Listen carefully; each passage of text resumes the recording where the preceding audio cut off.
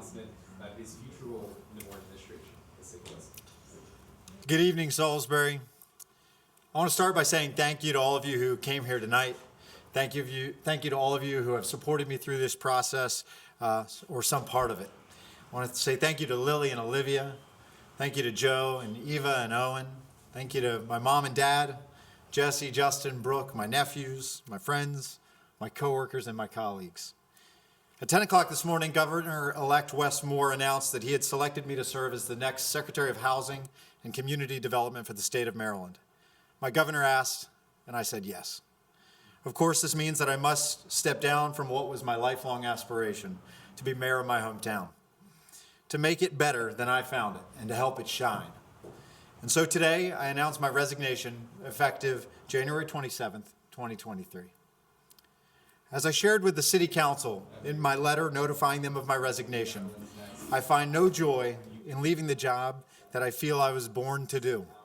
I will forever think of myself as once your mayor, and I think I will forever long to be your mayor again. It was 10 years ago that I asked the people of this city to trust me as their representative and as a leader capable of improving the lives and conditions of all who call Salisbury home. We've come a long way, I believe, and we marched remarkably closer to the place we envisioned a decade ago. The list of accomplishments that I'm proud of is long.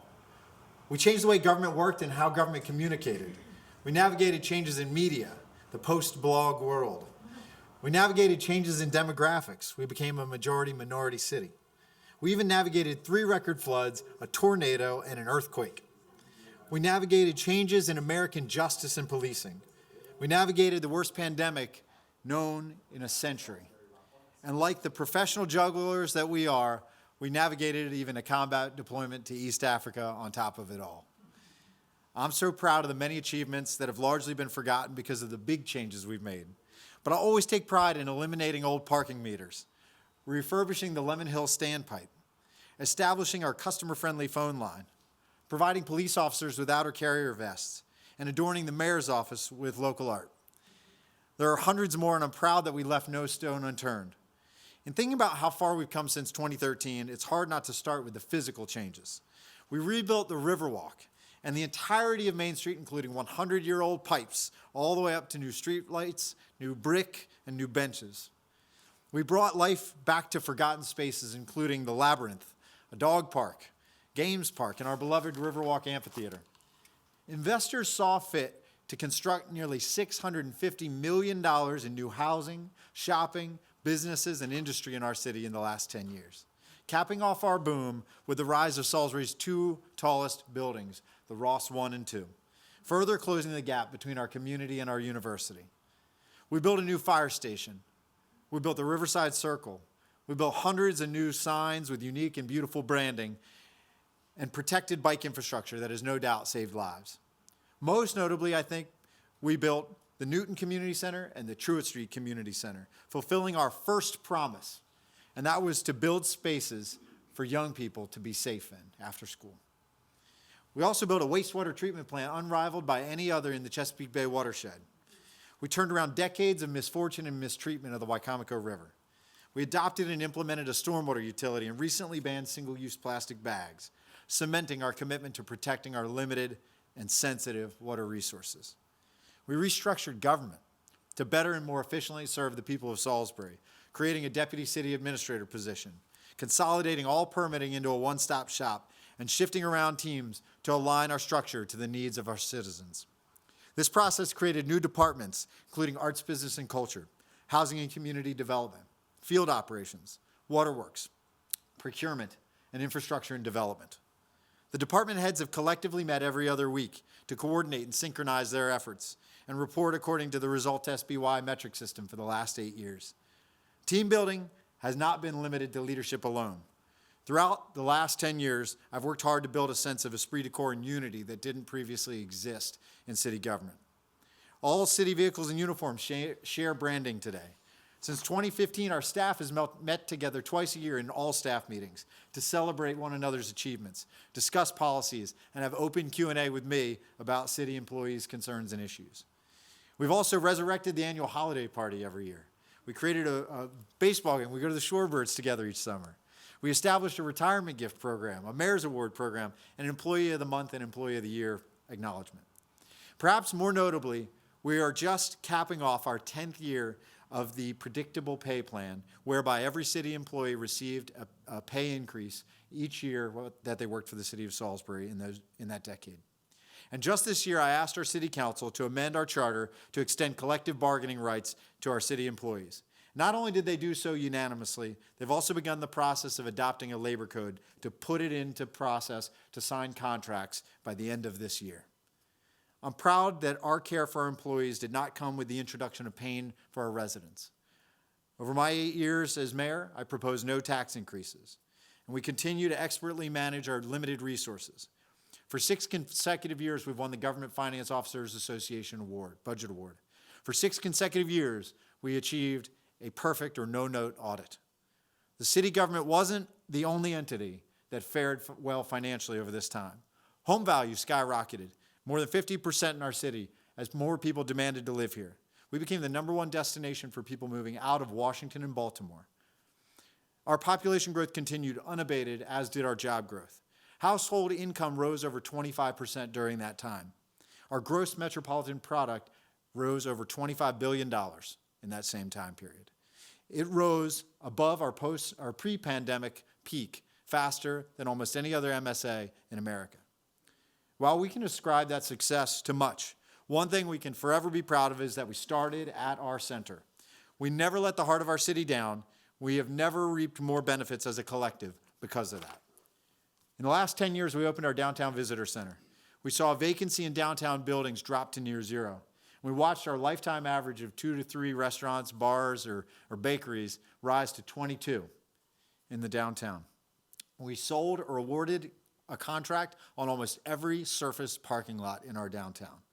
We recognize that a sustainable, vibrant downtown depends not on parking, but on people, and that district must be alive 24 hours a day. The largest and tallest of those buildings, of course, leaps forward and is symbolized by 400 students and nearly 200 feet of tower that will rise above downtown. These students represent our future, and we'll have a short walk to the beautiful Entrepreneurship Center, art galleries, and other university assets that are now permanently in downtown Salisbury. As wonderful as those permanent investments are, we all know that that was going to take some time. And I couldn't be more proud of those investments that we've made, but I'm also proud of the ones we made in culture. The short-term, high-payoff things that allowed us to occupy our city streets together and to celebrate with one another. From New Year's Eve to Third Friday, Riverfest to the Haitian Festival, Pride Day to Juneteenth, Treat Street to the Christmas Parade, Friday Night Live to Jay Copeland's homecoming. We sang and we danced and we enjoyed one another right in the city streets. No event exemplifies this change, this wholesale transition, more than the National Folk Festival. It's 4 years here, and the Legacy Festival, the Maryland Folk Festival, will be known as the moment and the way that we came into our own, and where the pride our city manifested was felt throughout our beating heart.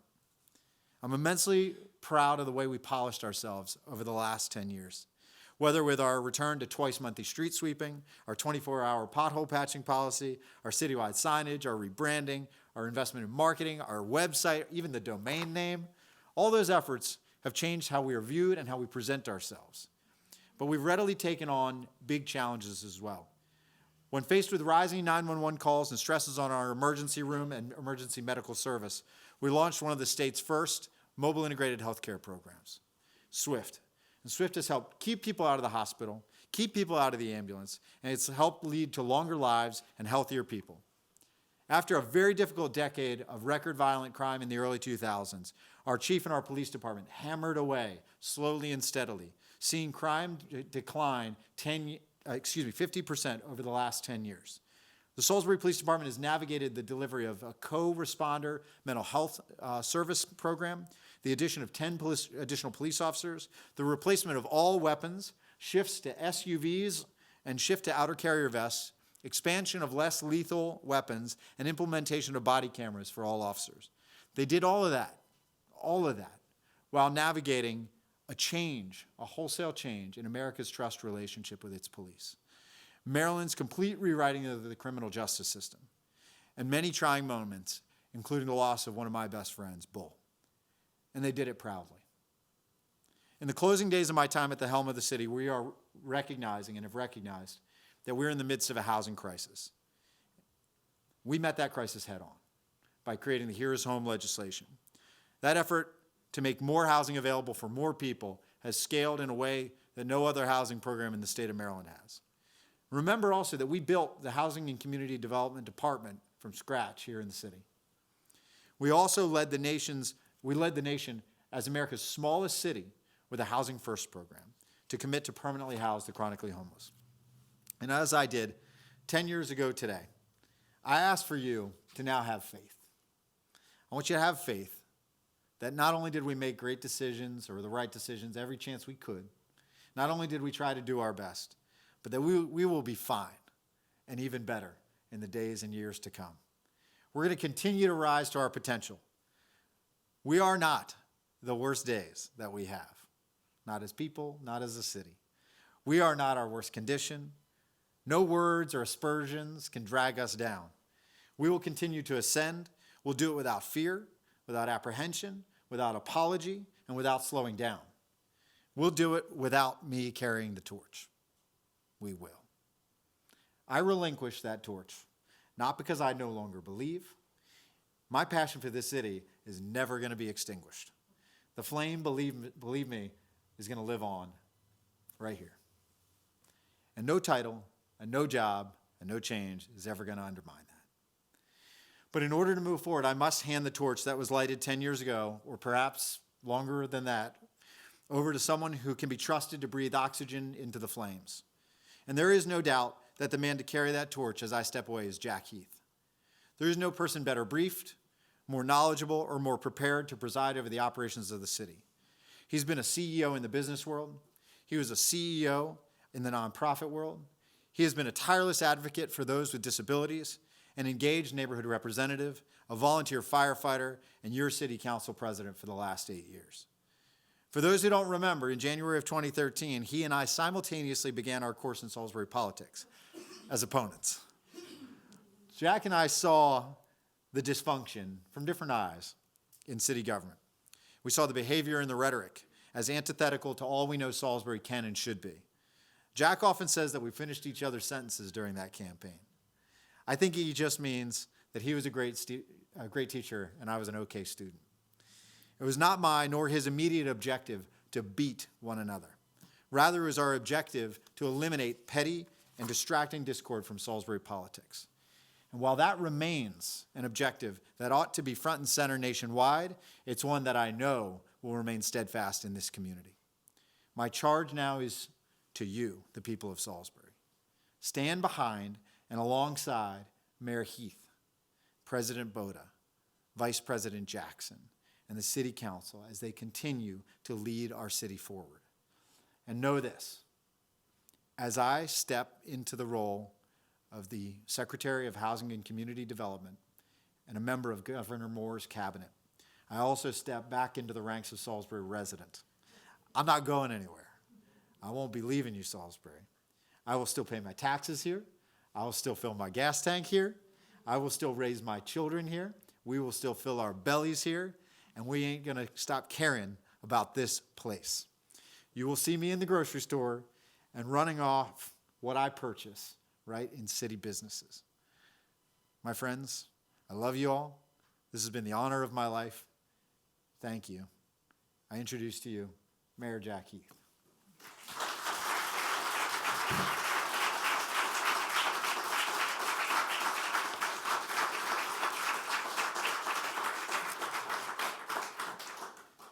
Well, he took everything that I was going to say,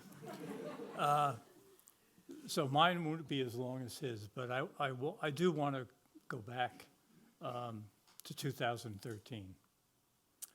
I ran against a young man named Jacob Day, and it became obvious during our discussions that by the end of the campaign, we could finish each other's sentences. So when people say, what's going to happen? All the people that are nervous, and I know there are, and there should be. All I can tell you is that we were in lockstep then, and by the way, he kicked my butt. But I had the privilege of, a couple of years later, taking the seat of a resigning public official on the council. And from that moment forward, the vision became clear. When I ran, the reason that I ran, believe it or not, and you can ask my wife, was I could not take the discourse and the lack of, call it whatever you want, sincerity, competition, et cetera, and the way that the council was going about their business. Yelling and screaming, meetings that went on for 8 or 10 hours. No need for that. No need for that. And now we are here, and I would like to thank the mayor for giving me the opportunity to do what we have done. I want to thank the council members. We don't always agree. Come to a work session, you'll see. But we do it with mutual respect. And we've changed the culture demanded by this man. And we've accomplished what we've accomplished because we work together. That is not going to change. The way we conduct our business is not going to change. I'll be honest with you. If we did not have the department heads and the staff that we have, and if we did not have the council that we have, I would have not accepted the position. Mayor Day, my friend, is going to go on to be the Secretary of Housing and Community Development. There is no one more qualified for that critical post than our former mayor, Jake Day. I think we should acknowledge that right now.